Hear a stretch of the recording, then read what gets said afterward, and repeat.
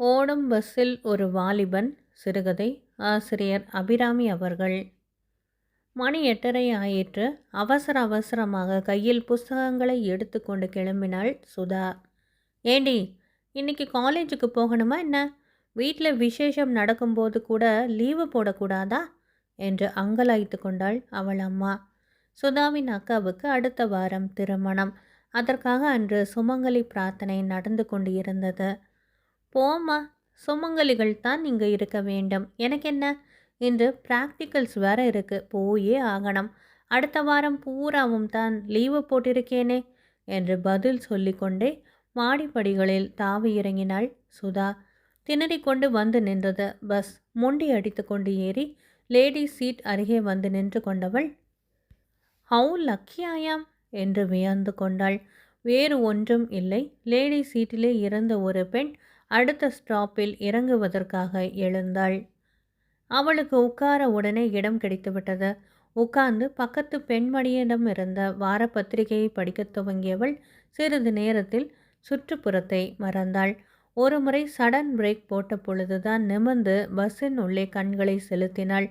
சட்டென்று அவள் பார்வை எதிரே நின்றிருந்த அந்த வாலிபன் மீது படிந்து நின்றது. அவன் அணிந்திருந்த உடைக்கும் கையில் இருந்த பொருட்களுக்கும் பொருத்தமில்லாமல் இருந்தது. அழகாக ப்ளூ கலர் சஃபாரி சூட் போட்டுக்கொண்டு இருந்தவன் கையில் ஒரு துணிப்பையும் அதில் சில ஜல்லி கரண்டிகளும் இருந்தன. திருமணங்களில் பூந்தி செய்ய உபயோகிக்கும் பெரிய கரண்டி அது. அந்த காம்பினேஷன் அவளுக்கு வினோதமாகப்பட்டது. அவனையே சிறிது நேரம் வியப்புடன் பார்த்து கொண்டு இருந்தவள் இடுப்பை ஏதோ இருக்குவதை உணர்ந்தாள். நிலைமை சில வினாடிகளில் புரிந்துவிட்ட பொழுது பயத்தில் மூச்சே நின்றுவிடும் போல இருந்தது. ஹோல்டான் ஹோல்டான் என்று கத்தியபடியாக எழுந்தாள்.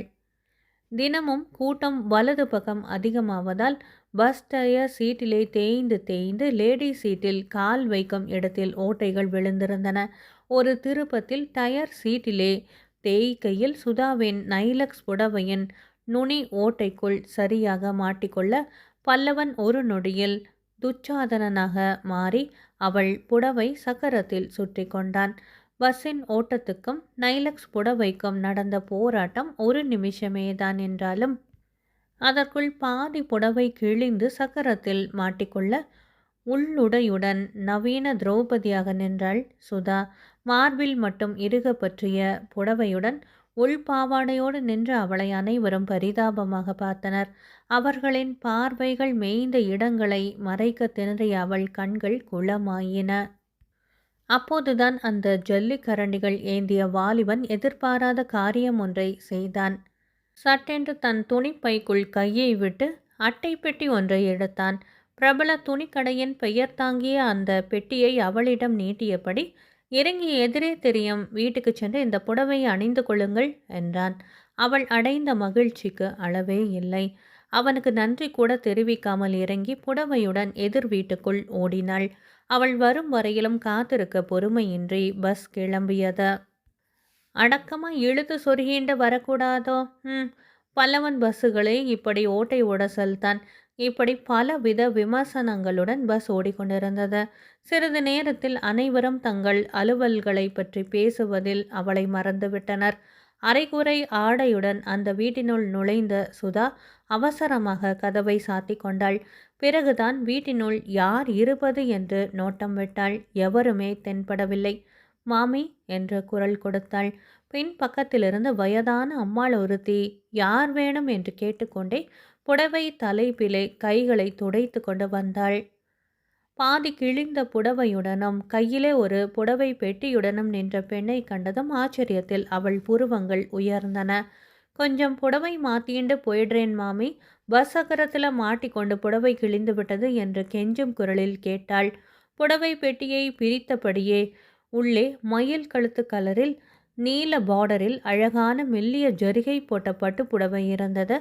பஸ்ஸிலே அந்த ஜல்லி கரண்டி கொடுத்த புடவை. பில்லில் 303 ரூபாய் என்று போடப்பட்டிருந்தது. பிரித்து கட்டிக்கொள்ள அவளுக்கு மனது வரவில்லை.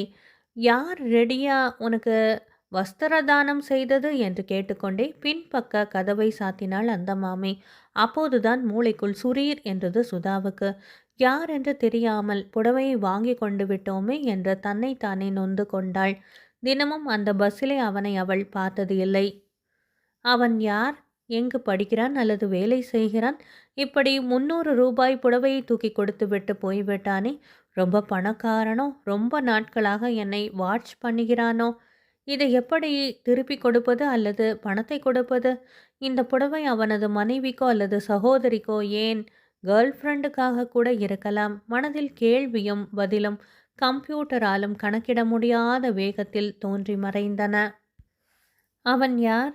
எங்கே இருக்கிறான் என்று கூட கேட்காமல் வந்துவிட்டோமே என்று நொந்து கொண்டு வீட்டுக்கு திரும்பினாள் சுதா.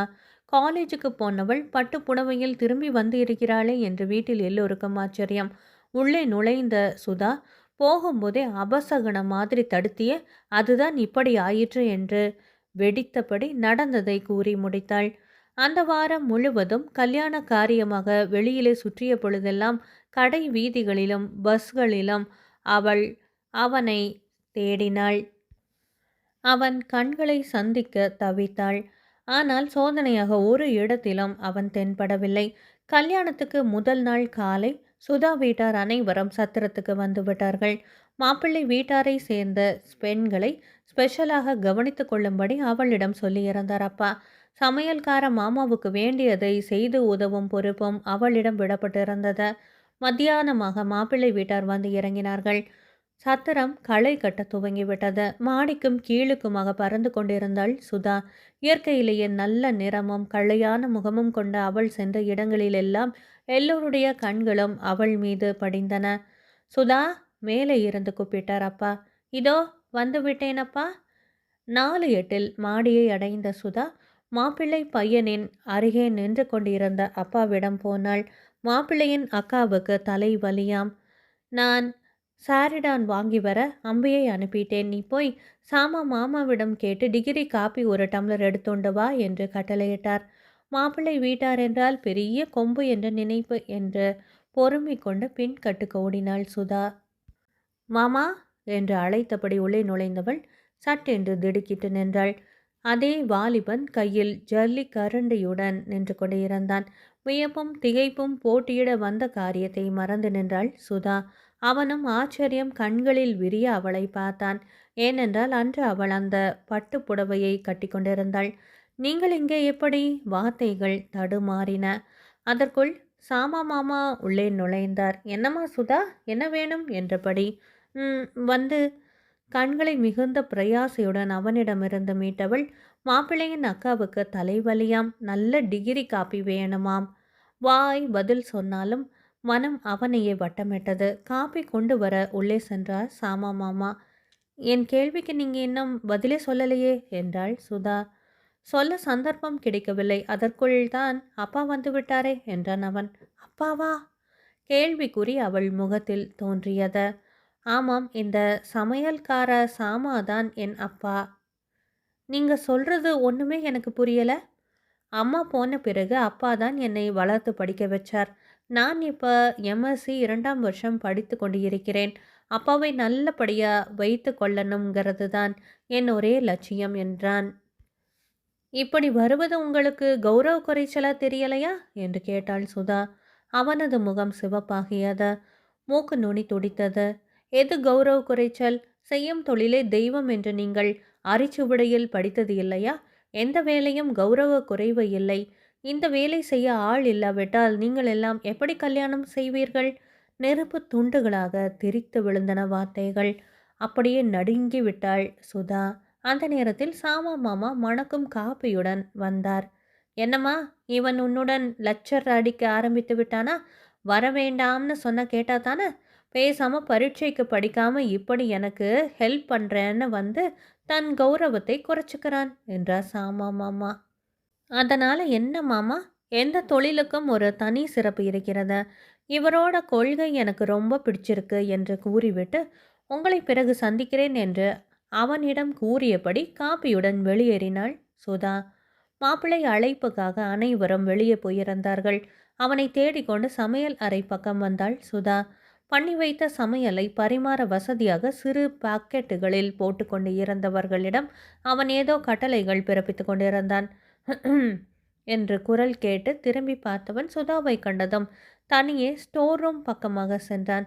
அவன் பின்னாலேயே வந்து நின்றாள் சுதா.